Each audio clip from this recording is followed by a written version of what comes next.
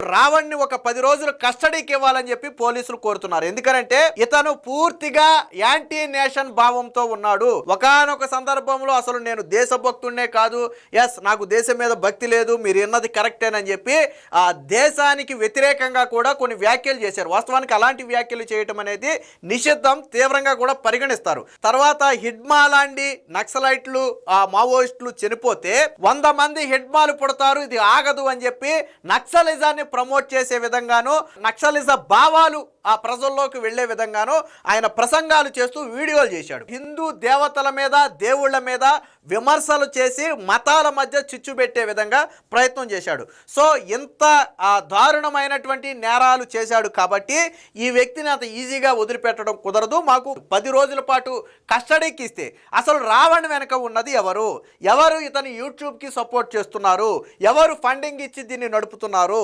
దీన్ని అతను సొంతగా చేస్తున్నాడా లేదా దీని వెనక ఏదైనా కుట్రకోణం ఉందా, ముఖ్యంగా హిందువుల మీద, మావోయిజం మీద ఇలాంటి వీడియోలు చేయడానికి కారణం ఎవరు, ఏదైనా ఒక లక్ష్యంతో పనిచేస్తున్నారా లేదా యాదృచ్ఛికంగా తనంతట తాను చేస్తున్నారా, ఇలాంటి విషయాలు రాబట్టాలి అంటే మాకు 10 రోజుల పాటు కస్టడీకి ఇవ్వాలని చెప్పి పోలీసులు అయితే కోరటం జరిగింది. మొత్తంగా ఏది ఏమైనా రావణ్ను రాజకీయంగా వాడుకున్నటువంటి వైసీపీ పార్టీ ఇప్పుడు స్లోగా సైడ్ అయిపోయే ప్రయత్నం చేస్తుంటే రావణ్ మాత్రం ఇరకాటంలో పడ్డాడు.